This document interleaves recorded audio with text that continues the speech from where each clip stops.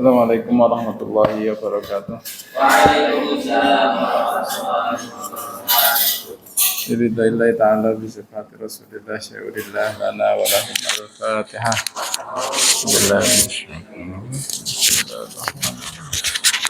Alhamdulillah rabbil alamin.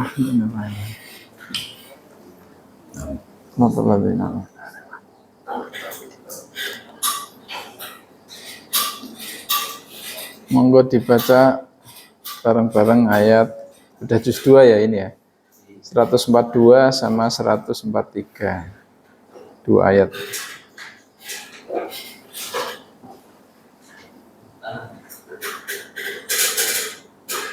A'udzu billahi minasy syaithanir rajim. Bismillahirrahmanirrahim. Sayaqulus sufaha'u minan nasi ma wallahum an qiblatihim allati kanu 'alaiha qul lillahil masyriq wal maghrib yahdi man yasha'u ila siratim mustaqim wa kadzalika ja'alnakum ummatan wasatan litakunu syuhada'a 'alan nasi wa yakuna rasulu 'alaikum syahida wa ma ja'alna al-qiblata allati kunta 'alaiha illa lina'lama man yattabi'ur rasula mimman yanqalibu 'ala 'aqibaihi wa in kanat lakabiratan illa 'alal ladzina hadallah wa ma kana Allahu liyudhi'a imanakum innallaha bin-nasi laraufur rahim. Sadaqallahul azim. Ayo coba dibaca. Ayo Fajar.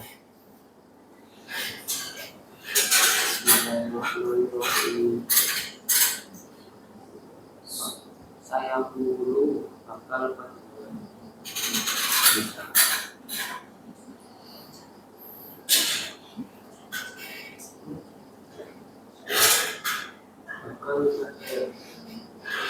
Ngucap. saya pun berkata subhanallah subuh kilo-kilo wong kang subuh subhanallah subuh kilo-kilo wong kang Bodoh.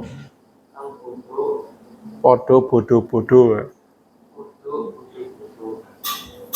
dengan nasi saking menungso mawal lahun ma utawi opo suci walahun iku walahun Ngenggo akan. Itu. iku akan umat Nah. Nabi Muhammad lan muslim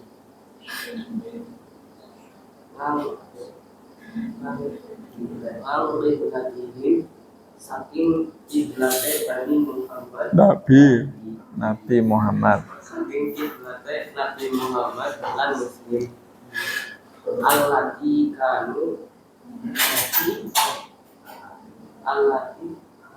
kanu kang ono langsung aja allati kanu allati kanu kang ana sapa nabi lan muslimin alati kanu kang ono sopo nabi nabi lan muslimin alaiha iku netepi netepi ing atase alati kulillah indikane ngendika indikoro sira Muhammad iku lillahi lillahi kagungane wale Allah dhewe al-masriku wal maghrib al-masriku utawi wetan wetan wal maghrib lan kulon yahdi nuduhake sapa Allah Allah man yasa'u ing wong kang ngersakaken ngrasakaken sapa Allah iman ila siratim mustaqim ila siratim ing marang dedalan berjalan mustaqim kang jejak jejak nah ya qala al-musannifu rahimahullah taala wa nafa'ana bihi wa bi ulumihi fid dharaini amin. Nah ini nanti beberapa ayat di sini bahas terkait perpindahan kiblat ya. Jadi kalau perpindahan kiblat itu kan jadi isu atau jadi persoalan yang besar saat itu. Ya kalau zaman sekarang ibaratnya kalian kalau punya suatu keputusan besar itu kan rawan dikritik orang lain. Ya kayak sekarang pemerintah bikin program. Apapun program yang dibikin pemerintah itu pasti akan ada pihak yang menilai kontra, pro kontra itu ya. Atau kalian kalau keputusannya hanya keputusan kecil, hanya masalah sepele itu kan pasti jarang orang yang pro kontra. Tapi kalau keputusan itu mengenai sesuatu hal yang besar itu pasti bisa jadi ada orang yang setuju, ada orang yang tidak setuju. Nah, kiblat itu kan termasuk perkara besar itu ya. Soalnya itu kan yang akan menjadi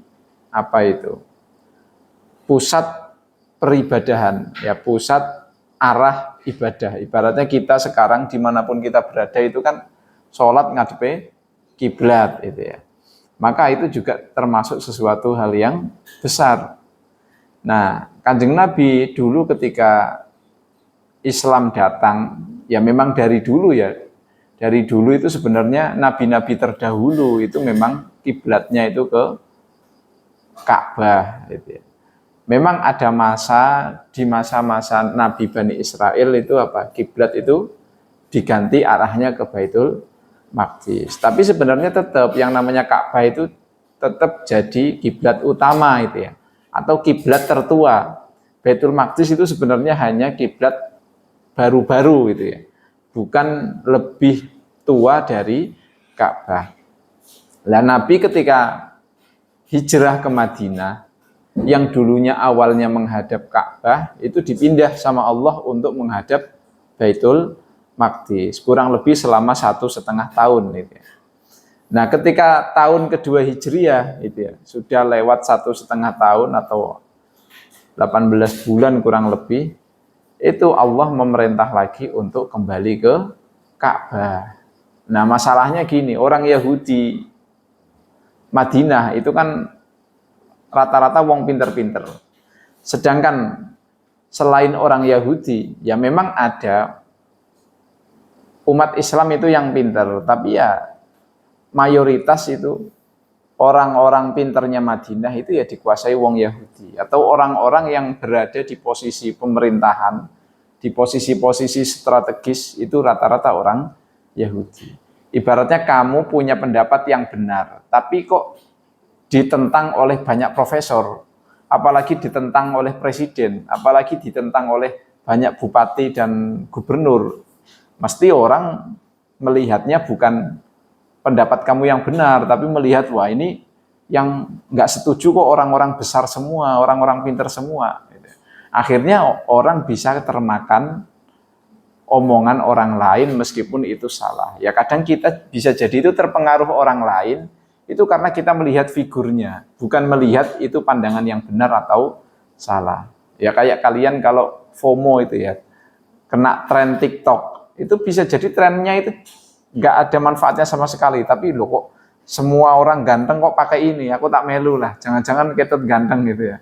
Padahal bardinggo kelambi ini loh, kok aku tetap wae orang ganteng gitu ya, kok beda kalau sing nang foto. Nah itu orang bisa jadi terpengaruh karena orang lain yang kita anggap public figure itu menggunakan hal tersebut. Maka orang Yahudi itu kan langsung bikin propaganda itu ya, langsung bikin isu kalau Nabi Muhammad itu harusnya kan kalau orang pinter, maka di sini kan sufaha itu ya, disebut sufaha. Sufaha itu orang-orang yang bodoh. Nah, ada penjelasan begini, sufaha itu diantaranya orang yang tidak bisa melihat sesuatu yang diperintahkan Allah itu pasti punya manfaat gitu ya. Kalau orang beriman, orang Yahudi kan orang yang beriman, harusnya mereka itu bisa melihat apapun yang diperintah Allah, meskipun nggak masuk akal, itu pasti ada manfaatnya. Apapun yang dilarang oleh Allah itu pasti tidak ada manfaatnya. Atau apapun yang dilarang oleh Allah pasti akan berbahaya, meskipun kita tidak bisa menyadari saat ini. Nah, wong Yahudi harusnya mereka itu orang yang paling awal iman, paling gampang menerima kalau Nabi Muhammad itu tiba-tiba mengalihkan kiblat. Soalnya Nabi kan bilang ini yang merintah itu Allah, gitu ya, bukan kepenginan saya, gitu ya. Tapi masalahnya wong Yahudi yang saat itu menghadapi Nabi itu sudah dari awal itu tidak suka Kanjeng Nabi. Jadi mereka itu apapun yang Nabi Muhammad sampaikan itu mereka tidak terima dan mereka akan bikin isu tandingan. Kalau Nabi Muhammad bilang ini yang perintah pindah kiblat itu ya memang perintah dari Allah, tapi wong Yahudi itu enggak. Wong Yahudi itu akhirnya bikin isu kalau Nabi Muhammad itu ini orangnya itu plin-plan itu ya. Plin-plan tahu kalian ya? Sekarang milih ini, besok ganti lagi itu ya. Besoknya lagi pilih A itu ya.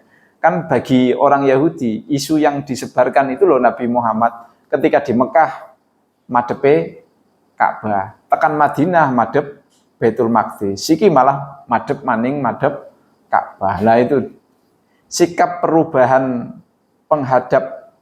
menghadap kiblat saat ibadah itu sama kalangan Yahudi digoreng itu Nabi Muhammad plin-plan itu ya. Jere kangen Mekah itu ya. Ya pokoknya dibikin alasan-alasan yang sifatnya itu personal. Nah, itu Nabi Muhammad nggak punya pendirian. Kemarin ngadep sana, sekarang ngadep sini, besok lagi bisa jadi pindah lagi. Gitu ya.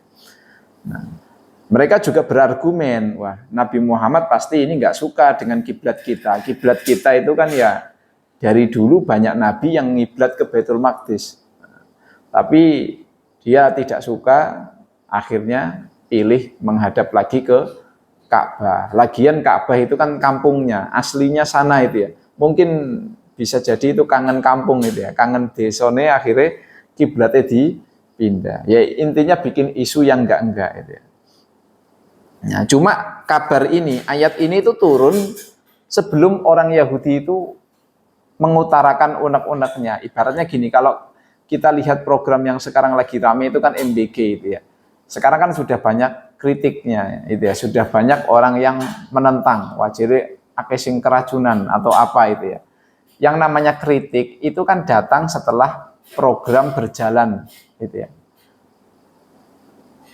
Atau nanti setelah ada kritik nanti kan bisa jadi diperbaiki, akhirnya programnya jadi lebih baik. Tapi sebelum orang Yahudi mengkritik, itu sebenarnya ayat ini turun lebih dulu. Jadi ngasih tahu, ini loh besok ketika saatnya saya perintahkan kalian untuk pindah kiblat, itu orang-orang yang akalnya pendek itu ya. Yang safih itu ya, akalnya ora waras itu ya.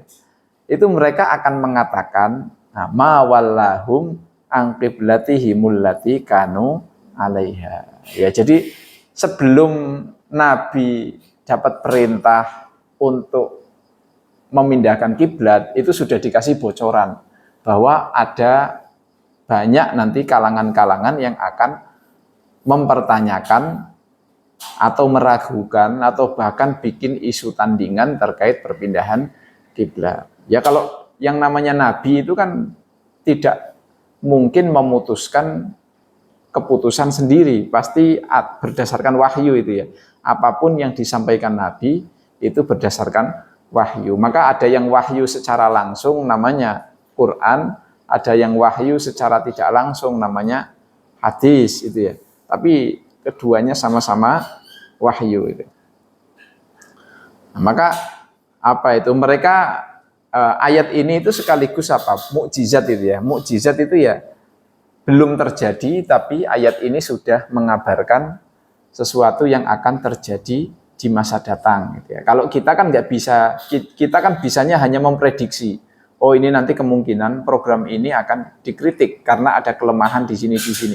Kita hanya bisa memprediksi. Tapi kalau Quran itu sudah mengatakan kepastiannya. Oh, ini bentar lagi kalau kiblatnya udah pindah, itu pasti mereka akan mengkritik atau membuat isu yang nggak benar.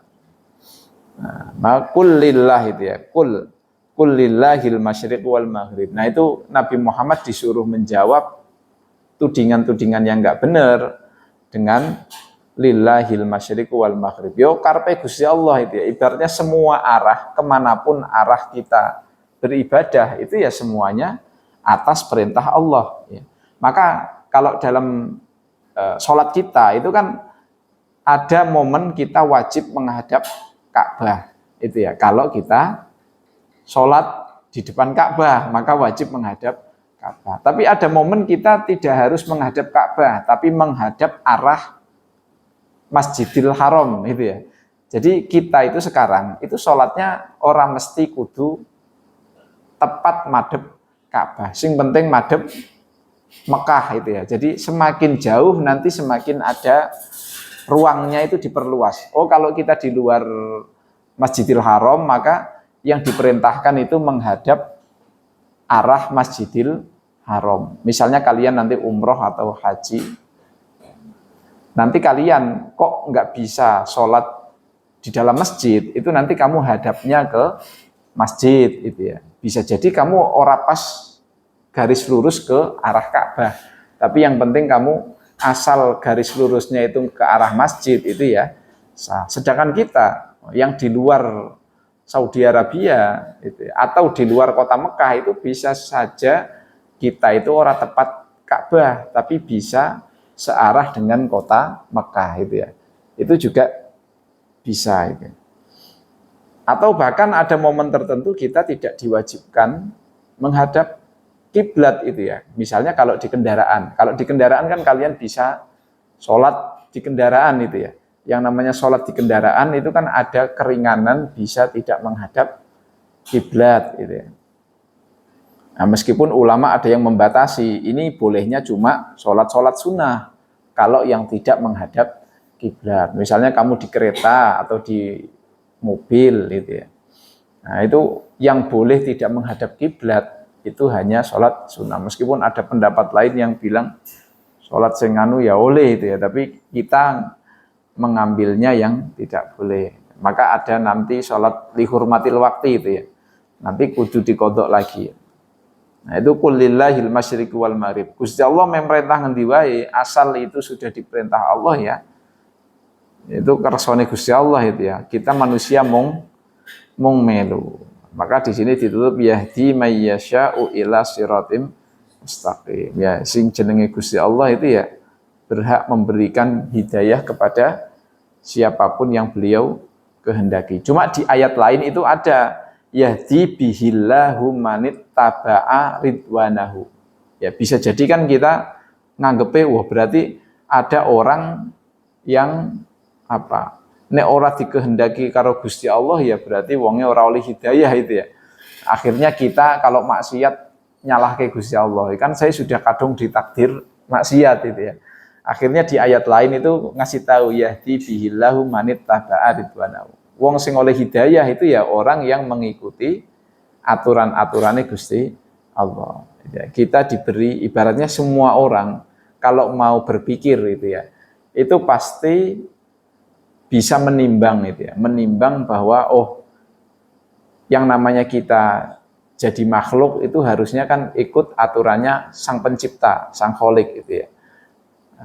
Atau kita harusnya itu menyadari bahwa perintahnya Allah itu kan pasti ada manfaatnya meskipun bisa jadi manfaatnya itu manfaat akhirat. Nah, tapi yang namanya manfaat akhirat itu kan lebih kekal daripada manfaat dunia. Maka kita kan sering dikasih tahu untuk kalau hidup itu harusnya orientasinya akhirat ya, karena kalau kita orientasinya dunia itu ya hanya berlaku di dunia saja. Nek niate mung ikhlase ora ikhlas karena Allah itu ya, ora lillahi ta'ala, ya udah manfaatnya akan habis di dunia. Beda kalau diniati karena Gusti Allah itu ya. Meskipun kita selesai di dunia, ibaratnya kita makan itu kan paling suwe sejam rampung. Tapi kalau kita baca doa makan, kita niati makan itu supaya bisa untuk beribadah, itu maka yang hanya makan beberapa menit, paling kan dalam 5 jam ke depan wis ngelih maning gitu ya. Ibaratnya dari satu makan ke waktu makan berikutnya itu kan nggak suwe, paling ya 5 jam maupun 10 jam itu ya. Atau bahkan ono wong sing setiap jam wis ngelih gitu ya.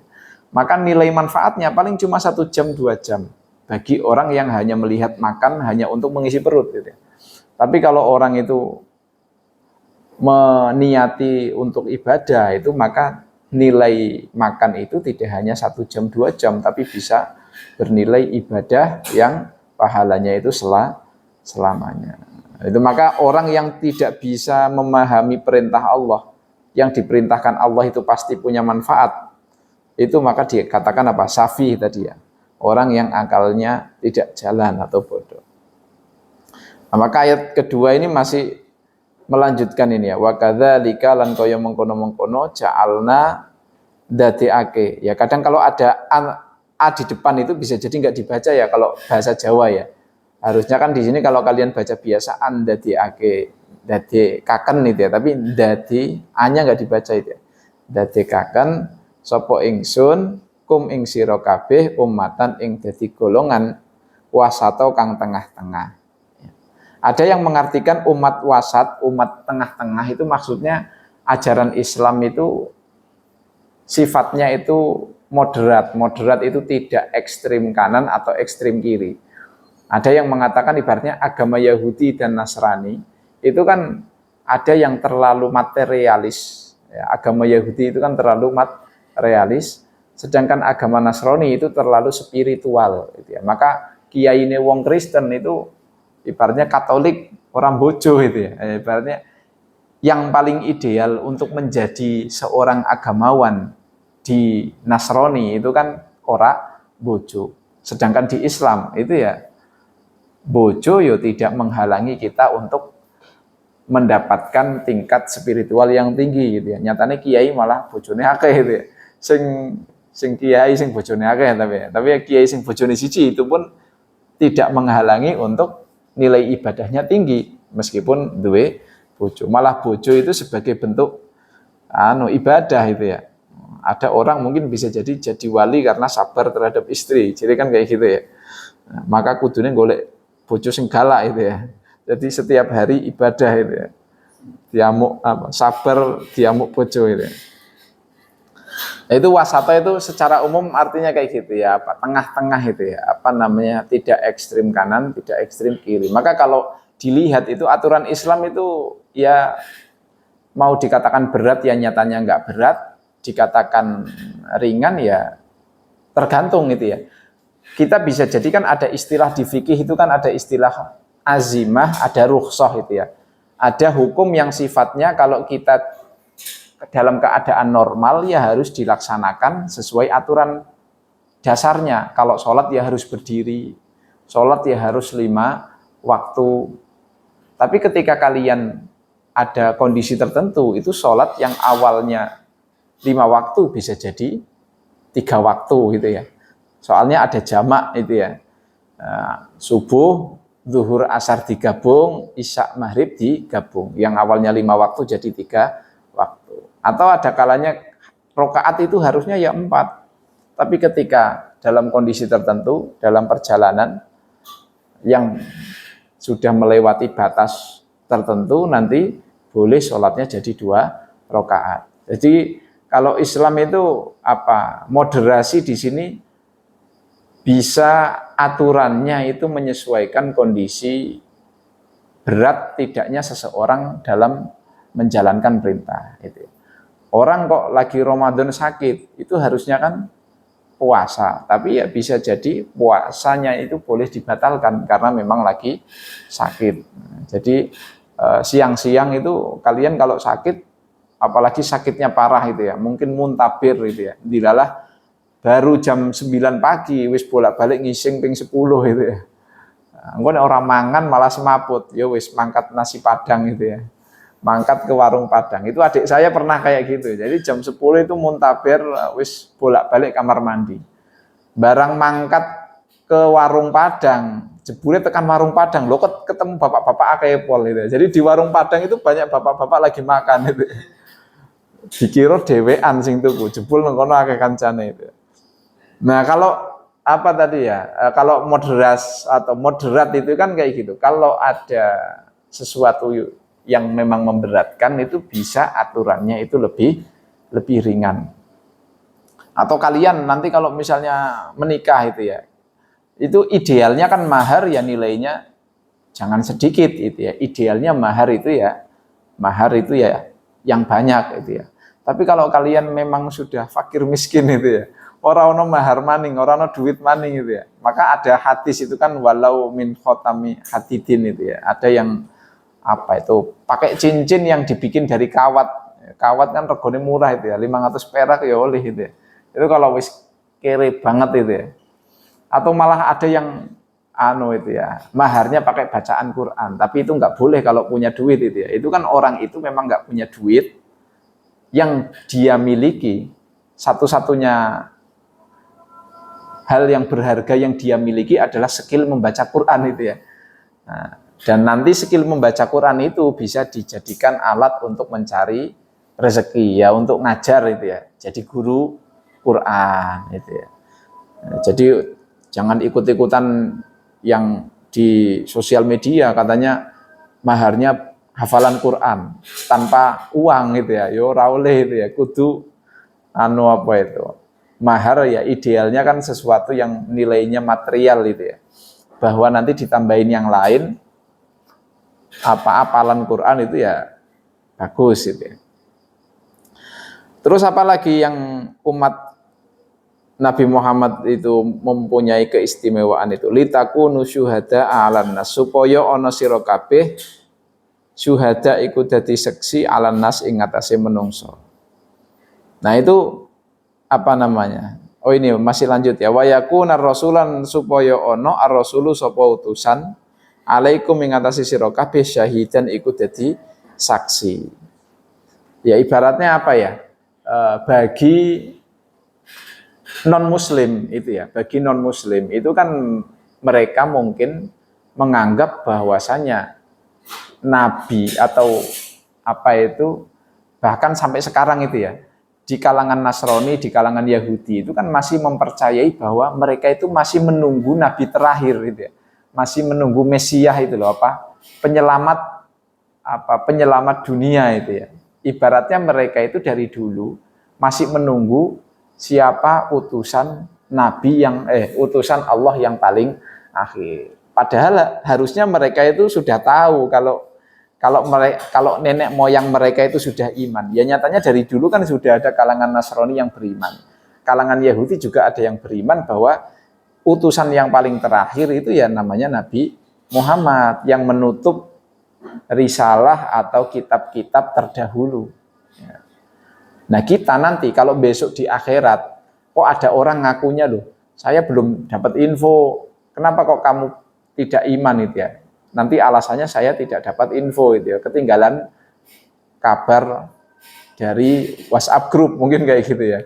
nggak buka HP atau gimana. Nah nanti kita itu akan dijadikan saksi. Iki lho, nyatane ono wong sing Islam itu ya. Nyatane ono wong sing iman karo Nabi Muhammad. Kok awakmu ketinggalan info kepriwe gitu. Nah itu kurang lebih yang namanya syahid itu seperti itu. Kita nanti akan jadi saksi bahwa ada loh Nabi terakhir yang diutus sebagai penutup para Nabi. Sedangkan mereka ngerti ini sampai sekarang itu masih nunggu di Nabi terakhir itu. Karena mereka tidak mengakui Nabi Muhammad. Atau katanya kan besok kalau Nabi Isa itu turun ke bumi, nanti malah justru beriman kepada Nabi Muhammad itu ya. Jadi yang mereka tunggu-tunggu malah akhirnya membuat mereka kecewa atau kecelek itu ya. Mereka menunggunya Nabi Isa sebagai Nabi mereka, malah justru Nabi Isa akan mendeklarasikan Nabi Muhammad sebagai Nabi terakhir.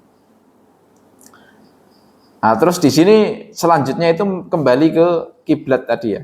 Wa ma ja'alna lan orang dadi akan sapa ingsun al kiblata ing kiblat allati kunta kang ana sira alaiha iku netepi ngatasé kiblat illa lina lama angin krana buktekake. Ya, nanti kalau ada tulisan buktekaken itu bisa diganti yang buktekaken itu ya.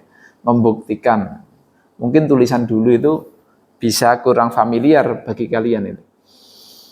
Sapa ingsun man ing wong yattabi'u kang derek sapa wong ar-rasula ing utusan mimman saking wong yang kolibu kang kewalik gitu ya. Sapa wong ala akibai ing atase tungkak lorone wong.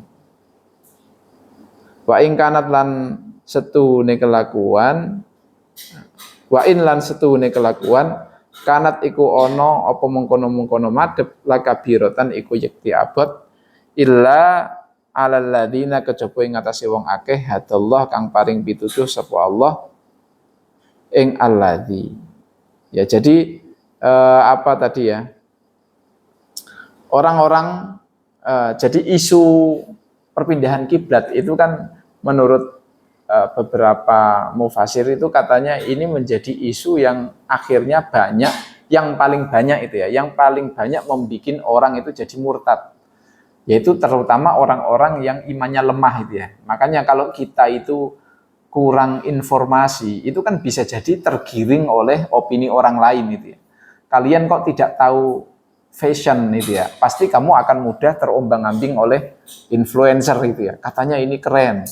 Katanya ini bisa bikin muka glowing, ya jebul pas dituku, raine jadi ireng gitu ya, jadi gosong gitu ya. Ya karena kita tidak tahu apa ya, tidak benar-benar tahu apa produk yang kita beli itu ya. Kita mau ikut-ikutan itu ya.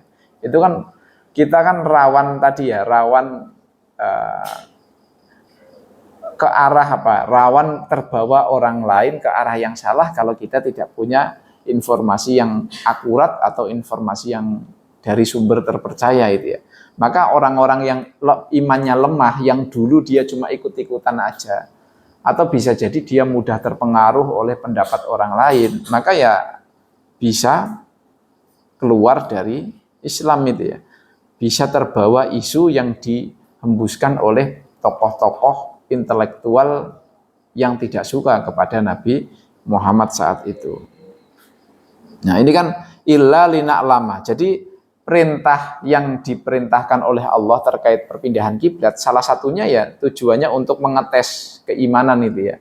Siapa yang ikut imannya kuat nanti akan ikut Kanjeng Nabi, dan siapa yang imannya lemah atau imannya pura-pura maka otomatis langsung kemakan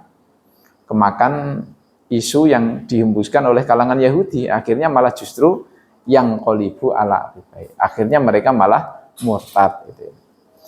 Terus dijelaskan lagi wa in kanat lakabiratan illa 'alal ladzina hadallah. Tentu yang namanya iman terhadap perintah pindah kiblat itu ya berat bagi orang-orang yang memang tadi itu ya, memang imannya tidak kuat, atau di sini ya yang tidak mendapat apa? Hidayah Allah. Tapi kan yang namanya hidayah itu kadang memang perlu diperjuangkan itu ya. Ibaratnya kalian sudah tahu kalau sing jenenge kuliah itu kalau ada tugas mesti ya kudune dikerjakan tepat waktu gitu ya. Tapi kan kadang kita itu tahu mengerjakan tugas tepat waktu itu ya bagus itu ya. Cuma kan kita kadang agak males itu ya. Jadi ngerjakine ngesuk-ngesuk wae lah gitu ya. Ngonek kalaupun ternyata telat itu nanti saya pakai trik ini aja, minta maaf sama dosen itu. Misalnya kayak gitu, mohon-mohon supaya tugasnya diterima gitu ya. Jadi dia nunggu ketika nanti sudah dapat nilai jelek, nanti dia minta remedi, misalnya kayak gitu ya. Nah, itu ibaratnya terkadang itu memang ada perintah-perintah Allah itu yang memang menguji kesabaran kita atau menguji keimanan. Ya beruntung kita dilalah ya orang pernah diuji sebagaimana orang yang dulu menangi Kanjeng Nabi. Ya, itu. Jadi enaknya sekarang kita kan hidup tidak menangi Kanjeng Nabi. Jadi cobaan iman itu kadang tidak seberat orang zaman dulu. Ya bayangkan mereka ngadepi apa tadi ya, wahyu yang turun setiap waktu dan bisa jadi wahyunya itu tidak masuk akal. Pasti ketika kita sedang manut karo perintah yang tidak masuk akal, bisa jadi malah diguyoni karo sing liya itu ya, ditertawakan karena wahyunya tidak masuk akal. Bisa jadi kita akhirnya imannya akhirnya kita malah jiper itu ya.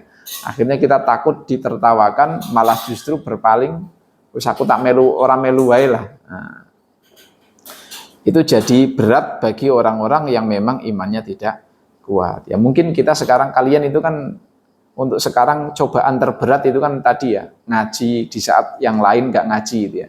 Di saat teman-teman yang tidak mondok itu habis kuliah bebas, kalian ngaji gitu ya. Bagi orang yang tidak mondok itu yang anggap wah mondok itu ngabisin waktu gitu ya, mengurangi kebebasan gitu ya. Ya itu namanya belum dapat hidayah itu ya. Padahal ngaji yo enak. Apa yang ngaji enak itu? Ya itu kalian yang menjawab sendiri-sendiri. Kalau kalian tidak menikmati ngaji, ya itu berarti cobaan imannya di situ ya.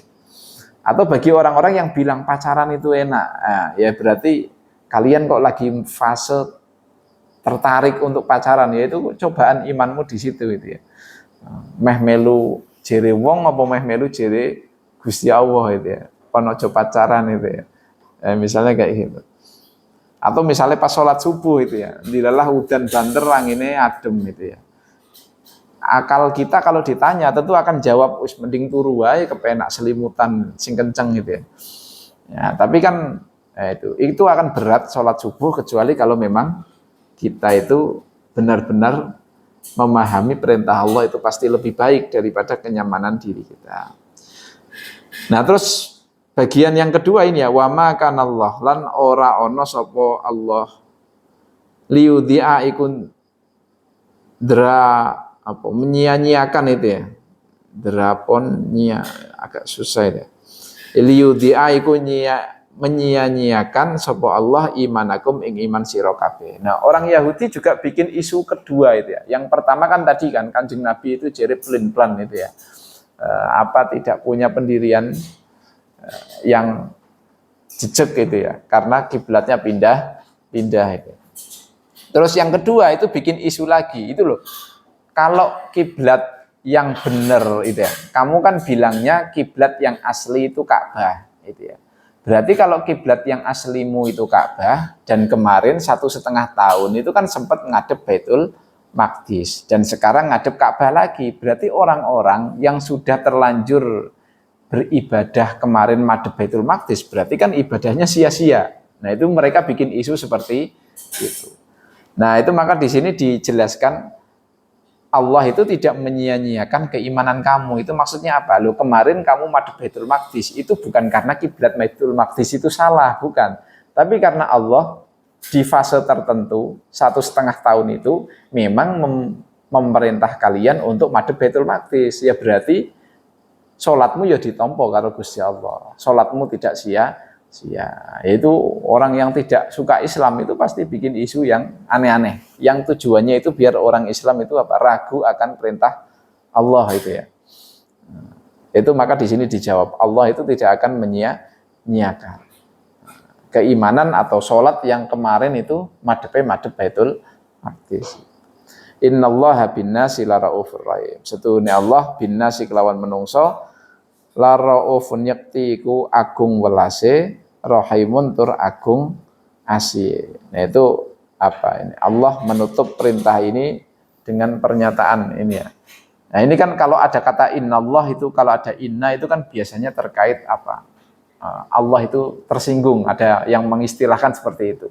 Kok iso-isone wong Yahudi bikin isu nek Allah itu tidak menerima ibadah mereka selama menghadap Baitul Maqdis. Ya enggak, pasti Allah menerima ya, karena Baitul Maqdis itu ya kiblat sing bener, tapi hanya sementara waktu, tidak untuk selamanya. Kiblat kembali lagi ke Ka'bah, bukan berarti terus muspro itu ya. Ya kalau sama kayak kalian, kalau dalam perjalanan terus kalian sholatnya di jamak, sing ngono dikosor maning gitu ya. Itu kan diskonnya combo itu ya, sudah menjamak juga mengkosor. Apa iya kalau mengkosor berarti ganjarannya dikelongi itu ya. Kamu kan sholatnya papat, kudune ganjarannya papat. Nek sholatnya rong rakaat apa ya sholatnya jadi ganjarannya mung loro tok. Ya kan enggak itu ya. Karena memang itu kamu menggunakan diskon secara benar. Tentu sholatmu yang 2 rakaat itu ya sama dengan yang sholatnya 4 rakaat. Atau kalau kamu puasa Ramadan itu ya, terutama bagi yang cewek, kamu kalau setelah Ramadan itu kan akan mengganti puasa Ramadan itu ya. Apa iya puasamu yang di luar Ramadan itu ganjarannya beda karo puasa Ramadan di bulan Ramadan, padahal kamu tujuannya sama-sama untuk mengganti puasa bulan Ramadan. Ya sama itu ya, ganjarannya ya podo gede nih. Atau nanti kalau kamu misalnya haji itu ya kan ada nanti momen tertentu itu ada yang mengharuskan puasa 3 hari di Mekah di sana, di tanah haram, dan 7 hari di Indonesia. Padahal katanya di hadis itu kan kalau ibadah di sana itu kan 100.000 ganjarannya lebih apa? Dikali lipatkan 100.000 dibanding dengan ibadah di sini gitu ya. Loh, perintahnya kan memang suruh puasa 10 hari, 3 hari di sana, 7 hari di Indonesia. Berarti yang 7 hari ini ganjarannya beda sama yang 3 hari. Oh ternyata enggak. Dijawab oleh Quran itu ya, nanti apa di halaman 10 itu ya, atau 9 ya.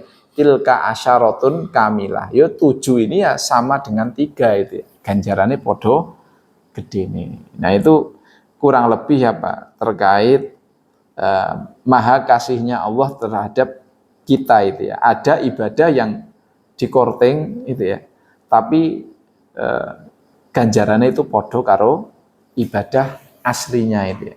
Tidak berarti berkurang nilai pahalanya. Hadza wallahu a'lam. Semoga ada manfaatnya dan Allah wa iyyakum. Wallahul muwaffiq ila aqwamit thoriq. Wassalamualaikum warahmatullahi wabarakatuh.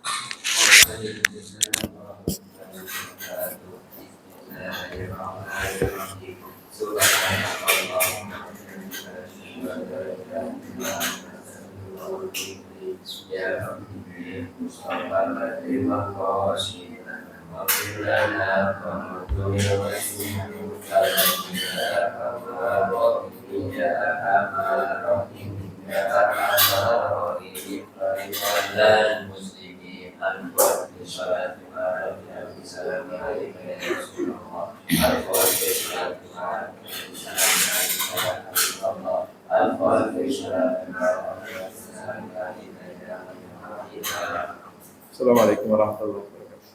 Waalaikumsalam warahmatullahi wabarakatuh. Kemarin yang ketemu sama tukang PLN-nya siapa? Gimana kata tukang PLN-nya gimana? Gak ada yang rusak itu aja, tapi jadi diganti itu. Udah di itu ya, tapi nggak ada info tambahan nggak ada. Ya udah. Makasih semuanya, nggih.